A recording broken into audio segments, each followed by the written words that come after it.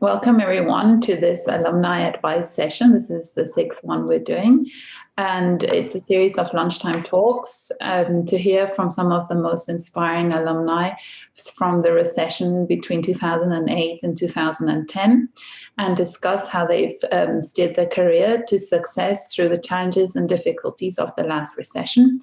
Using examples from their own careers, invited alumni will discuss the opportunities that emerge in times of adversity and how to build a resilient practice to ensure longevity and sustainability. The session will be run with a brief introduction, a presentation from the speaker, followed by a Q&A. So please have your questions ready at the end. This week, we have the pleasure to welcome Adel Zakout. Adel completed the AA Diploma Programme in 2010. He's an architect turned entrepreneur with many of his projects operating at the intersection of technology and design. Adel is the co-founder and executive chairman of Clippings.com, a leading business-to-business platform for the interior design industry.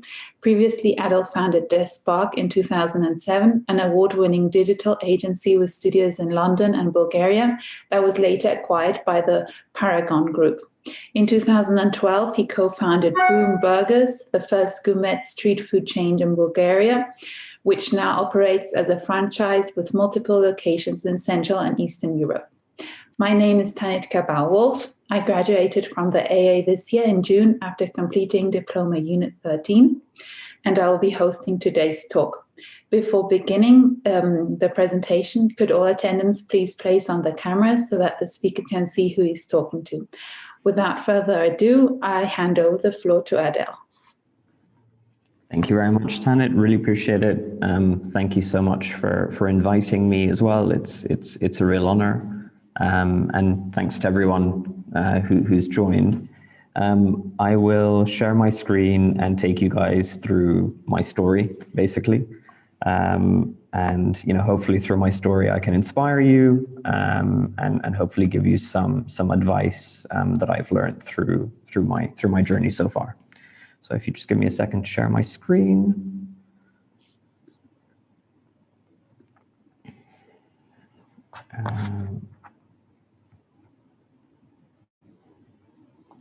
Okay, can you guys see my screen? Yes. Okay. Yes, we can. Perfect. So let me kick off. So as I said, I'll take you guys through my story so far, both before the AA, but also post the AA. First, as Tanit mentioned, I did graduate as an architect, but I don't practice as an architect. I am an entrepreneur. So, to that point, I think I'm probably quite different to many of the other alumni that have done talks so far, in that, the advice that I can give you is not very specific to architecture in itself, because I never practice, but hopefully by sharing my story, I can inspire you guys to be entrepreneurial, to make your own luck, and to fundamentally achieve whatever it is that you want to do. So, a bit about me. I was born in Dubai. I grew up in my father's architectural practice. He moved there in 1982 when Dubai looked like this. For those of you who have been to Dubai or who have seen Dubai, this is Sheikh Zayed Road, which today is full of development and skyscrapers. I grew up in his practice, and I, as a kid, just grew up on building sites. Basically, I always loved being part of the process, being with him, and I think it really inspired me later on. I also got my first computer in the early 90s. I was born in 86. I got my first computer probably in 91, 92. It was a 486. I was quite a geek as I was growing up, so I kind of loved to tinker with computers. I learned how to code later on. And the first time I used the internet was in 97, while at my dad's studio, learning AutoCAD. At that time, there were these kind of huge mice that you could use to kind of select AutoCAD commands. So I just spend my days learning how to draft in AutoCAD. And I think that's really where I fell in love with the internet. I started designing, coding websites, as a teenager.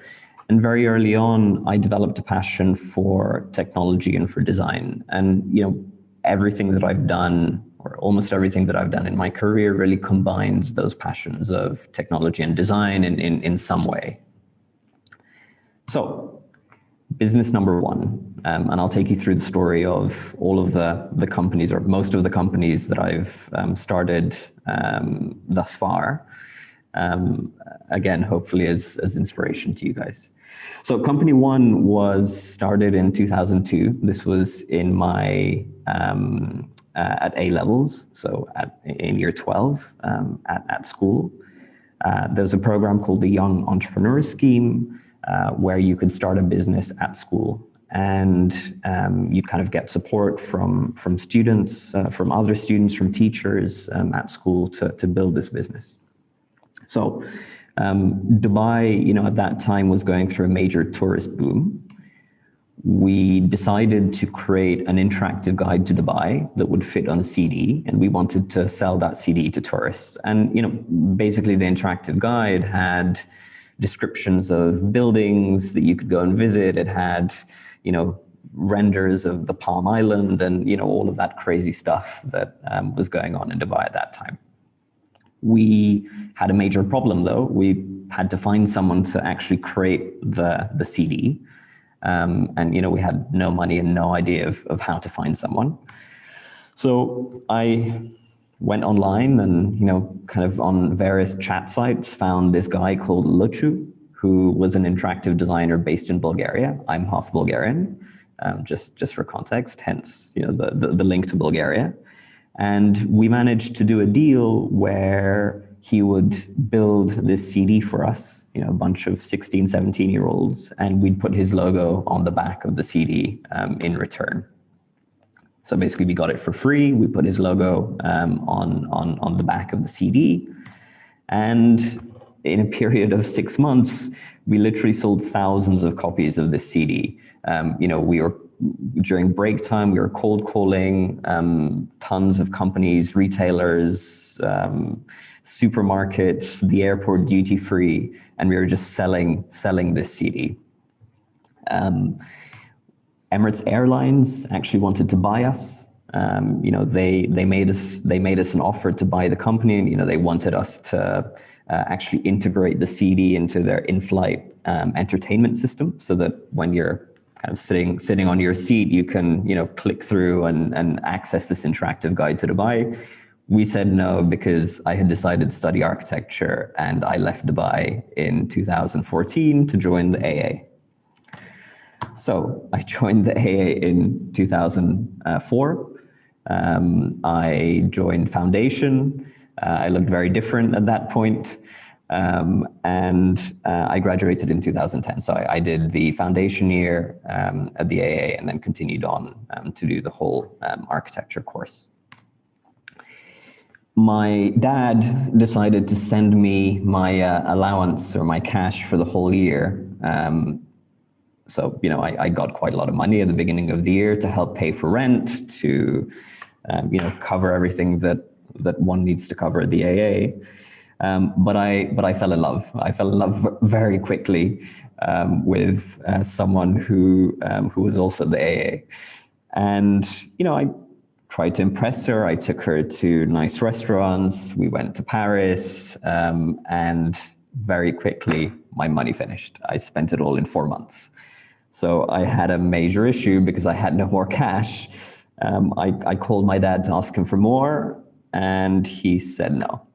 And I got, the story of how he, as a student, would walk to university for 10 kilometers every day, and so on.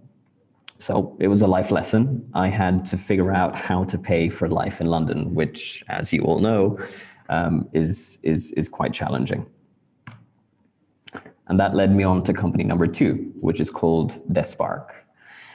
So that guy that I mentioned earlier, Luchu, who had built this guide to Dubai, I wrote to him and I said, I'm out of cash and I need to pay for life in London. And I basically told him that we're starting a business together. So the business plan for Despark was to create lots of websites for cheap in Bulgaria and sell them to clients in the US. Obviously, I could code, I could design websites. Growing up, I'd kind of learned how to do this. We found our first clients online on actually a site called Web Hosting Talk. So it's kind of web hosting companies, and we're designing websites for them. Both Lucio and I had designed versions of the site for our first customer, but they liked his more, and that kind of kept on happening consistently. Every single client, he designed something, I designed something, and it turned out that I was the weaker designer, but maybe the better business person, or maybe the better entrepreneur. So fundamentally, he started designing, I started managing the business, and this is all obviously while studying at the AA and while kind of going through the whole program. As I mentioned, we started working on hosting websites quite early on, and that was really one direction that we took. But at some point, a guy called Shahan, random guy out of the blue, sent us an email, and he wanted us to design a porn site. So that was quite surreal. And obviously we had rent to pay for. I had rent to pay for in London, so we had to say yes. And suddenly our specialties as this, young up and coming design agency were to design websites for web hosting companies and porn sites, which was not great. We were a team of 5 people at that point. This is probably year 2 of the AA. We're doing 2 sites a day. With one of our hosting customers, we signed this affiliate deal where they'd promote our services to all of their customers, and it was called 5 pages, 5 days for $555. So basically somebody could get a website design that had 5 pages in 5 days for $555, and they had tens of thousands of customers. So suddenly, we had 40 websites when we launched, ordered in the first week. Lucio was kind of designing site after site after site, and suddenly we were making a lot of money. But we're fed up. We wanted to work on more meaningful projects. We hated, obviously, the work that we were doing by that point. So we made quite a hard decision to start saying no. We made a hard decision to start rejecting clients. We'd never done that to that point. We'd existed for 2-3 years by then, and we kind of, we took everything. And this is really a lesson that I learned, just really trying to be very clear on what you want to do, on what you want to become, and really kind of driving a path and creating a path to get there. So, as I said earlier, design was really important to me personally. Obviously, I joined the AA, and I deeply care about it. So we decided to focus on an area where we could kind of be very creative and create work that we're fundamentally really proud of. So we had a period of creative renaissance. I started going after every single AA tutor that had, their practice on the side, and started offering to them the web design services that we had. And in the end, we must have designed websites for, 5, 10 tutors at the AA and their early practices. So, things were going well. We're proud of the work that we were doing. Fundamentally, Despark grew to become one of the largest digital agencies in Bulgaria. Today, it works for lots of startups that are fast growing, kind of trying to disrupt industries, for blue chip, large businesses in the world, and also creative brands. It's based between Bulgaria and the UK. The studio is based in Sofia. And it was also my first exit. So I sold the business in 2014 to a large marketing services group in the UK. I'm no longer involved in Despark. The team there today is the team that we started the company with. So they're still there. And actually, one of the first employees that we hired, who is a software developer, is the CEO of the business today, 15 years later. So that was my kind of first success as an entrepreneur. And obviously, again, all of this grew while I was still studying at the AA. Company number 3 was something that we called Bazaar, and we launched that in 2008. It lasted until 2009. One of the first people that I met, in addition to the girl that I fell in love with at the AA, was someone called Tom Mallory. He was in the foundation year with me. He's one of my closest friends and my business partner today. So together with Tom and Luchu, we decided, in that kind of porn and web hosting dark period for ourselves and for Despark, that we wanted to build our own startup ideas. So in addition to working with customers, we wanted to come up with our own tech startup ideas that we're excited about and try and build them and see what happens. So one day Tom had this idea. He wanted to build something called Desar, not Bazaar, but Desar.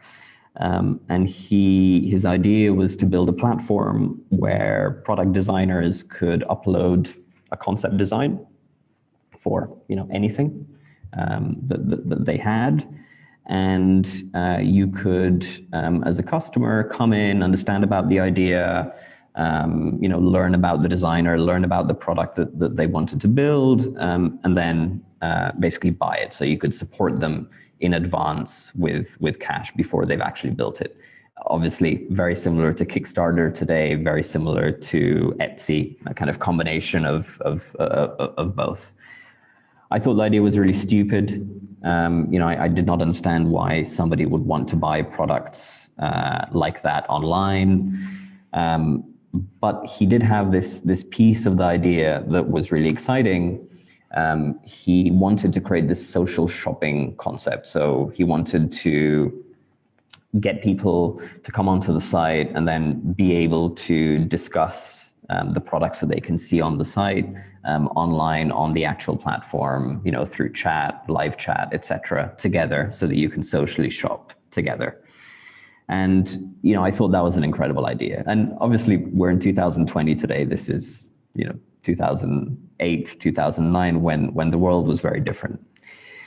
So we took that angle of social shopping, and we kind of developed the idea. We wanted to make shopping online about discovery, and we wanted to kind of replicate some of what happens offline, where shopping is also, part pastime, rather than, what existed then, which was just a search-based shopping experience, Amazon. And we thought that'd be incredible. We wanted to expand the idea so that it was not just related to, young product designers getting support for new ideas that they had, but actually allowing you to shop the internet in a social manner. So the business plan for Company 3 was to create a social shopping site that provides the best discovery shopping experience online. We went to the bank. We got a £20,000 loan as a student. We hired a business advisor who was based in Silicon Valley. He built us a business plan. The business plan told us that after 2 years, we'd be making millions, which was incredible because, it was very well timed with graduating from the AA. We started designing, building, coding, and 7-8 months later, we launched. After we launched, we found that nobody visited the website. The concept, started evolving, but we weren't able to make it work at all. And, 18 months later, £20,000 later, we decided to can it. So it was a major failure, and obviously we now had £20,000 to repay. Company 4, we started in 2009, and it evolved in 2014. Company 4 is Open Buildings, openbuildings.com.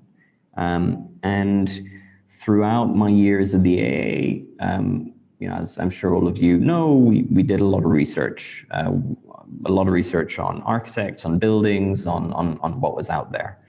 And the only way that at that time we could do that was either in the library or, through kind of architecture blogs. There wasn't an online resource where you could actually access buildings and access information about buildings in an easy, structured way. Arc Daily was probably the only kind of slightly more evolved resource that existed. So we decided to try and fix that. We created openbuildings.com, which was a Wikipedia for architecture. We wanted to create an archive of every single building in the world, historical, conceptual, built. And we did it because we felt that humanity needed it. It wasn't a business per se. It was more of a hobby project.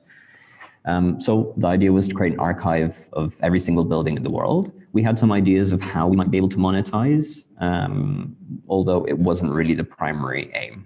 We wanted to create something that was great and that provided a really valuable resource to the world. 3-4 months later, we had a prototype up and running on openbuildings.com. We had a major problem in that we had to get content, we had to get buildings onto the site. So we emailed every single university, architecture university in the UK, AA included, and we offered, or we asked people, students, to come and help us for free and to basically, upload content for free. So we had a team of 10, 20 students all across the UK who, in between everything else, were adding buildings to openbuildings.com. And as the site started growing, as traffic started picking up, we launched an iPhone app called Buildings. This is 2009, 2010, so the iPhone had just come out a few years before that. When we launched the app, which could allow you to browse our database, could allow you to add content to each and every building. You could also find interesting buildings around you. But basically, we were featured in the App Store. So we're literally the #1 spot for a few weeks, both on the Apple and Google App Stores. And in the middle of the night, I started getting a ton of emails, and they're automated emails because the server had crashed because we were featured, and we didn't have the infrastructure to support it. This is all happening while I was trying to graduate from the AA. I did graduate from the AA, which was great. And 2 months after graduation, Open Buildings became the Intel Startup of the Year in Europe for 2010.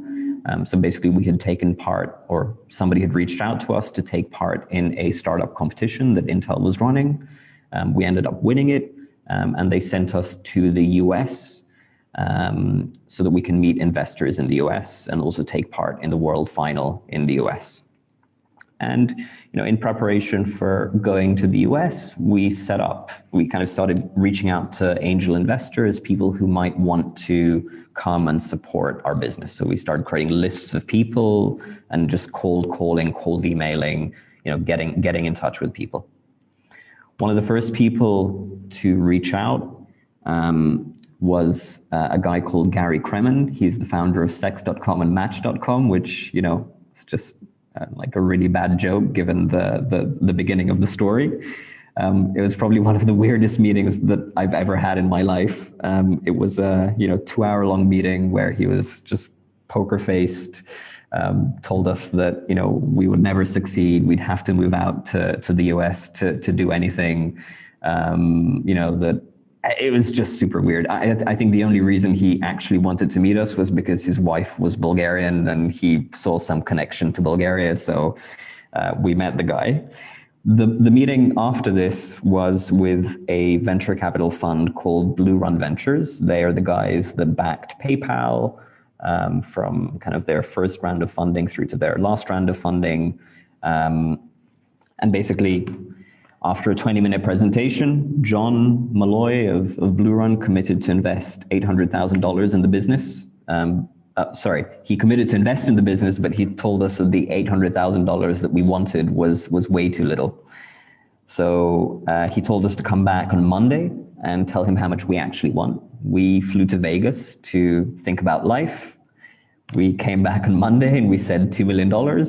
We shook hands, and a few weeks later, we had $2 million in the bank account. This is December 2010. So 5 months after graduation. So very, very surreal. Open Buildings continued growing. We continued getting rave reviews. We're featured in every single architectural publication. We got to over 2 million downloads in the App Store of our app. But what I'm most proud of is that we were the homepage on the AA library computers. So that was great. But we started getting a lot of pressure from VCs to figure out how to actually make money. And from a hobby project, it became a commercial venture. We really didn't want to start plastering the platform with advertising. So we kind of realized that it'd be quite hard for us to make money on openbuildings.com. So we decided to create a separate brand where we could create a marketplace for the construction industry that was linked up to Open Buildings. So we launched Clippings, which is where my focus is today. Clippings, when we started, was quite different. We launched it in 2014, and the original concept of Clippings was to connect clients with interior designers, or potential clients with interior designers, by helping them build a design brief. So you could join Clippings, you could browse images of spaces, of products, you could clip them to create a design brief, and we'd connect you to an interior designer and architect who could help you with the project that you're working on. That very quickly evolved, as we launched and we iterated, and that was in general quite a major learning. We constantly, we weren't afraid to launch quickly. We launched, we looked at data, we got customer feedback, and we iterated, and we continued doing that, and we still do today. That iterated to what Clippings is today, and this vision hasn't really changed since 2015, 16. But today, Clippings is disrupting the interior design industry by building technology that enables brands, designers, end users to connect and transact online. So we're bringing together, a very manual, offline, kind of fragmented, messy industry, and creating technology to allow for the industry to connect and transact online. As a business, we're growing very quickly. We are a team of 80 people. We have raised around $20 million in funding so far. We've doubled our revenue every year since we started the business. And we work with all of the leading product manufacturers in the world. So basically, we work with these guys to get access to their product catalogs. We aggregate and digitize those product catalogs, make them available on clippings.com, so that an interior designer, an architect who is working on a project for, small up-and-coming one-off brands, but also some of the largest brands in the world, can then access the platform, discover those products, rather than flipping through paper catalogs, and use the software that we've built on our platform to manage their project. We will then deliver the project on site, and as a business, we make a margin on those product sales. So that's Clippings. That's where my focus is today. And I guess to end this, I really wanted to try and just give you some insights on what I think I've learned over the years. First, whilst I am an entrepreneur, I haven't, practiced as an architect. I'm incredibly grateful for the education that I received at the AA. I think the AA taught me how to be curious, how to question everything, how to look at the world in a very different way. And it also pushed me to always be the best that I can be. It pushed me to always be at the forefront, or to try and be at the forefront. And it also taught me how to work incredibly hard. It taught me about perseverance. It gave me a ton of grit, which are things that are incredibly valuable just as a person in life generally, whatever you guys go out and do. And the financial crisis then didn't really have an impact on me at all. Both Despark, open buildings, that then evolved into clippings, were starting off. They were growing quickly. And actually, the crisis was probably a great opportunity for us. It just wasn't part of my mindset at that point, but it was probably a great opportunity because many crises are a very good moment to actually start something, to actually leverage the opportunities that exist, especially when you have the ability to take more risk. Which the younger you are, the more risk you can take.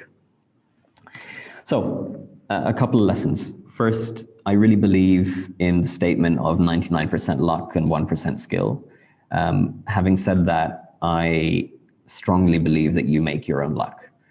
And you make your own luck by being proactive, by going the extra mile, by taking opportunities when they come. And that's a very obvious one, but a lot of people just don't. And also by building and investing in relationships over the years. And that's something that I think a lot of architects forget because they're in their work. I also learned that money is a motivator, but fundamentally passion is a driver. And I wouldn't do anything if I'm not really passionate about it. I think you've got to take care of your mental health. You've got to try to love what you're doing. If you do end up doing something that you're not passionate about, I'd really build a plan to figure out how you can move on to something else that you are. And sometimes it does take time to figure out what you're passionate about. Sometimes you've got to walk the path in order to discover that, and that's just part of life. You've got to jump on the bandwagon and see where it takes you.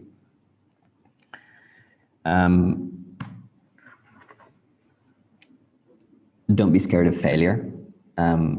This is an easy one to say, but it's quite hard in reality. Again, I think architecture and the education of the AA has really helped with this. But if you're scared of failure, it's quite hard to start doing something new. It's quite hard to take risk. And again, I think at the moment is an incredible time to do just that. If you fail, you've just got to get up, pat off the failure, figure out what you've learned, and move on. And that's me. I think one final point in that, this crisis, you guys are obviously at a moment where you are graduating in a tough time for the world. Having said that, it is a time when a lot of architecture is being rethought. The way that we build our cities, the way that we build our buildings, the way that we work, the way that we live, the way that we play, all of this is changing at the moment. And I think you guys have a real opportunity to be part of that change, if obviously that's the direction that you want to take. And I think a lot of great businesses, a lot of great careers, have started in tough moments like this one. So take these opportunities because they come once kind of every 10 years or so. Thank you very much. Thank you so much, Adel. That was a very inspiring talk, very interesting, and very different viewpoint of what one kind of learns from architecture school, because sometimes you're so kind of involved in architecture, you don't realize that it actually helps you develop another career or many different options that one can pursue. My first question would be kind of, why did you kind of start doing architecture if you already previously to starting it already had kind of these business and entrepreneurship projects? Why didn't you go into, let's say, a career of business studies or something more towards that? Sure. I mean, look, I think, and this is obviously my own personal opinion, but I think the best way that you can learn to be an entrepreneur is to just do it.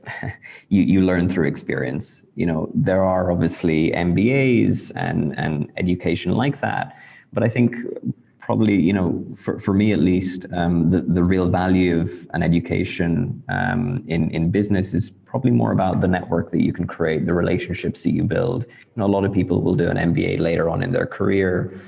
So it's kind of a melting pot of ideas. I fundamentally learned everything that I need to in terms of running a business by kind of the hard way, you know, by doing it, by failing, by making a lot of mistakes and figuring out how to move forward.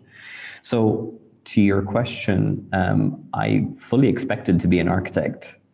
You know, by the time that I graduate, my plan was not to kind of be an entrepreneur and, you know, run these businesses. That is just where my path took me.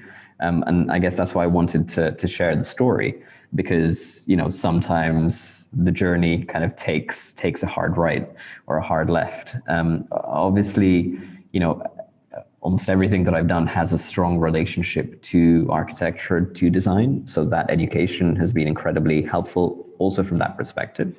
And I fully expect that the next things that I do, you know, will probably be closer to architecture. But when I graduated from school, I expected to be an architect. That's, yeah, very interesting to see. And I guess it kind of makes me question, like, what would be your advice for someone who's now considering, after doing an architecture career, to kind of change their path and go into something different? What would be, let's say, what you would say to someone that's thinking about this? Do it. if that's what you're excited about, then do it. I mean, you know, I think architecture it's quite a unique education in that it's very broad. It's very technical, but it's very creative. It's very, you know, you learn about economics, you learn about people, you learn about the way that people operate and psychology and everything. Like it's a very broad education that, you know, is both artistic but also quite heavily technical, especially today. And that really gives you a very good starting point to question, you know, a lot of other things that may not be directly related to architecture, or may not have an output of, you know, a design for a building or a design for some kind of intervention. Mm-hmm. Or rather, that intervention could be something else rather than a building. Does anyone else have any questions or would like to have any comments or something? Boris, do you want to? Oh, I think Erica wants to ask a question. Erica? You probably have to unmute her. Okay. Sorry. How do I do this? Yeah, it worked. Sorry, I couldn't myself. Thank you very much for sharing your experience. It's incredible, just the sheer amount of stuff you've done. So I have a question about the social shopping business. Why do you think it failed? And could you have done something differently? And also, why did you feel the need to hire a Silicon Valley advisor on the business? And maybe if you did it yourself, maybe it would have worked better. Like, what are your thoughts on that? Yeah, sure. So why did it fail? Issue number one was that we didn't really know exactly what we wanted to do. We had this huge vision. We kind of, you know, built up this plan that would take a year to develop. And we didn't really kind of, in our plan, we didn't engage with our customers in any way, or potential customers in any way. So it was just vision onto a piece of paper, onto, you know, a team to go and develop it. And I think that was the major mistake. You know, we should have iterated more. We should have launched faster. We should have, you know, built a proof of concept in a month and launched that out, and kind of understood, you know, how people interact, what they found valuable. And that should have then informed the way that we work. So we should have used a much more agile approach to developing it. And I think that was the fundamental failure, just lack of engagement with customers. There was also another minor point, or more minor point, which was that the technology that we chose then was called Flash. I don't know if many of you have heard of Flash, but Flash in the early, internet days was heavily used. Today, it's not, because when Apple launched Safari and all the devices, iPads, iPhones, Safari and Mac, Flash was blocked. So basically, Flash kind of had a very fast death, and our whole platform was built on Flash. So we just spent, again, £20,000 building this Flash platform with no customers on technology that, could no longer be used. Right. In terms of your question on why we hired Silicon Valley advisors, probably, I don't actually remember the exact reason, but I would assume that it's because we didn't have so much experience and we wanted to get some advice from somebody who did. And yes, I think if we'd done it ourselves, we probably would have been a bit closer to the heart of the business, and potentially there would have been another outcome. But it's easy to build a financial model with lots of zeros in it. It's much harder to deliver it. Thanks. Pleasure. Does anybody else have a question? You can also write it in the chat and I can read it out for you if you can't talk at the moment. I think there's 2 questions in the chat at the moment.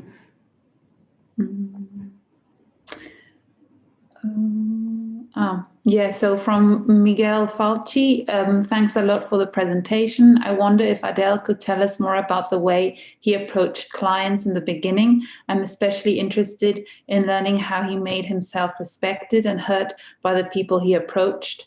Also, how did he handle his company's accounts and other basic admin procedures? Sure. So I'm a strong believer in being proactive, and if you want something, just go and do it and go and do the legwork. I'll give you a couple of examples of approaching clients, but also investors, which is a very similar process. With Despark, I just started looking for places online where I thought clients would be.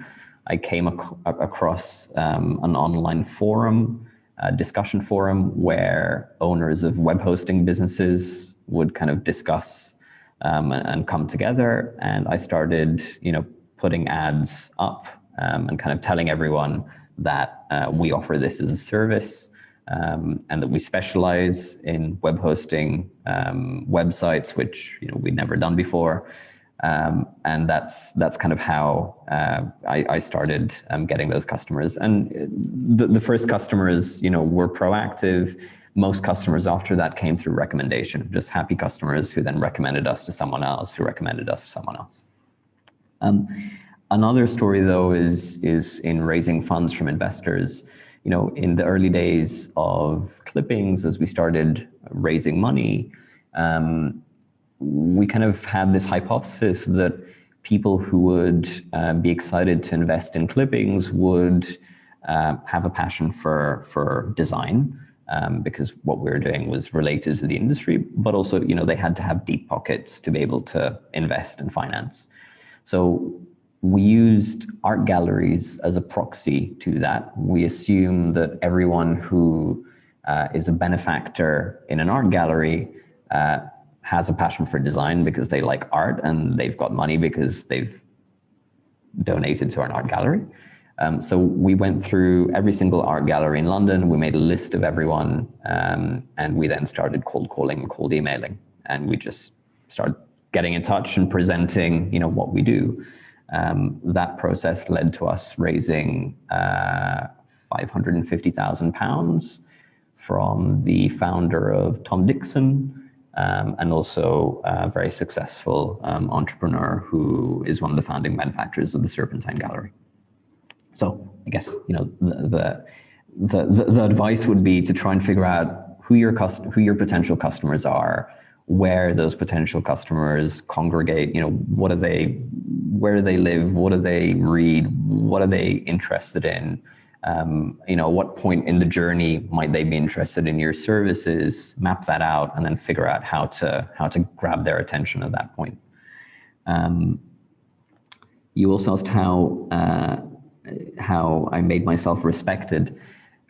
No specific way. I just was myself and was genuine, and kind of shared the vision of whatever I was doing, and that usually worked.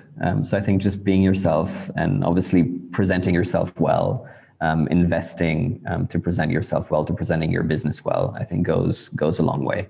And keep in mind, a lot of people. My point is, it's not a disadvantage to be young and to be coming out of university. It's actually an advantage. A lot of people enjoy that. They want to work with people who may have less experience, because that allows you to think out of the box. It allows you to be crazier. It allows you to be more naive in a good way. I don't think I would have done a lot of what I've done throughout my career without that naivety. You also asked how we handled company accounts and other basic admin procedures. I did it myself originally, just using online software, Xero for accounting. But quite quickly, we hired an external accountant that managed all the admin. So, kind of just adding invoices for payment, managing payroll, managing accounts. Hopefully that answers the question, Miguel. I think there's another question from Gianmarco Canizzo. Hi, Adel, thanks a lot for your talk. Have you ever thought or tempted of investing in the urban fabric itself and build a company that spans between technology and architecture, providing a smarter personalized housing to the mass urban market of dwellers? Yes. As I said, I'm sure that the next things that I do will probably be closer to architecture. I'm really excited about the way that the real estate world is changing, which obviously has major impact on architecture, on our cities, on the urban fabric. If you look at a business like WeWork, for example, the way that it's changed, the way that we work, the concept of an office. I think there's huge opportunities, especially in housing. I think that, I'm personally really interested in the rental market. I think that, renting as a whole is a pretty shit experience, just holistically. So, quite, I kind of have lots of ideas in my head at the moment. So yes, potentially, one of the next things that I do will have much more of a physical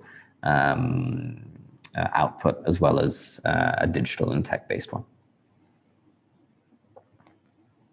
If you've got ideas, give me a shout. You've got my email in the presentation. Is there any more questions? Hi, Adel. This is Boris. Hello. Hey, Boris. Hello. Hi. I just got a question regarding what sort of advice, like top 3 advice you would give to student currently studying AA who basically has same sort of entrepreneurial spirit and has already ideas. What would be the first 3 steps that they would need to go through in order to realize the idea? I mean, in terms of practical steps. I've got the idea. What do I do now? Sure. So I think it really depends on the idea. But number 1, I'd try and find a partner to build the idea with. It's very lonely otherwise. And, especially as a company grows, I found it incredibly helpful to, do everything that I've done recently with Tom. And, in some ways we're very similar, in other ways we're quite different. And having someone that you fully trust to go through that whole journey has been priceless. So number 1, find someone to do it with, and I'd kind of recommend that you find someone who you can work with and you can trust, but also that has skills that are complementary to yours. Second, I'd probably try and prototype that idea as quickly as possible. So I'd probably try and do that independently if possible, just because, especially in the tech world, especially in the tech world, maybe not so relevant in other industries, but try and figure out if there's a cheap way that you can prototype and create some kind of output for that idea, so that third step, you can quickly engage with customers and get their feedback and figure out, whether they like it, how they're using it, how they think that it should evolve. And I think that kind of creates the basis for you to then figure out what to do next, whether you need funding and you need to raise funding, or whether this is actually something that has legs immediately and you don't need funding. But it also allows you to figure out how to develop the product itself. Cool, thank you. And the other question is, where do you see yourself in 10 years? I have no idea. I don't have a plan per se in terms of, in 10 years, I expect to be doing X. And I think, because I'm an entrepreneur, that's probably a harder question to answer than somebody who maybe works in an organization or a larger organization where, it's typically, I want to move up the hierarchy or I want to leave and create my own business. I've never worked for anyone in my life, and I'm an entrepreneur. So in 10 years, I'd expect to be doing what I'm doing today, but probably doing it better, probably doing it smarter, with all of the failures I'm sure that I'll have in the next 10 years as learnings, so that I can be more successful as I grow and as I evolve. But definitely doing something, in the intersection that I have always done things in, between design and technology. Thank you very much. Pleasure. Hi, Adel. Thank you so much for the presentation. Just a quick question for you. I was just wondering, obviously in the AA, we're taught to kind of do everything ourselves. Like we're kind of a jack of all trades. So I was wondering, at what point do you start to delegate things to, say, someone else, or when do your expertise run out? Because I guess what you do is more of a managerial role right now. Mm-hmm. You're overseeing more things. So at what point do you start to say, you could start to delegate certain things to other people? Yeah. So look, as a character, I'm personally I'm very hands-on. I enjoy being hands-on. Maybe it's the AA's fault, I'm not sure. But I am very hands-on. So I find it quite hard to delegate, and I probably delegate too late, just personally. Right. I would say though that, in whatever you do, especially in the early days, it is an advantage to be a generalist. It is an advantage to want to get your hands dirty and to be able to get your hands dirty, because, in those early days, that's what matters. It's about getting things done. It's about, finding that partner, doing the legwork to find those potential clients or investors. It's about building that prototype and, speaking to people. And that's really kind of quite a generalist role that you've got to do, and you can't delegate that. Right. I think as a business grows, you've got to quite quickly figure out what you're great at doing and what provides value, or where you provide value, and you should continue doing that. Whatever you're not great at doing, you should as quickly as possible delegate. Right. So that's that's very general advice, but it really varies based on the circumstance, based on how much, based on whether you can afford to hire someone to delegate to. Based on whether the business is at the stage at which it can afford to have more people to do particular tasks. But the sooner you can get out of doing things you're not good at doing, I would delegate. I see. Or more so, would it be about collaborating with people who kind of complement your skills, or they could fill a certain thing that you don't have, let's say?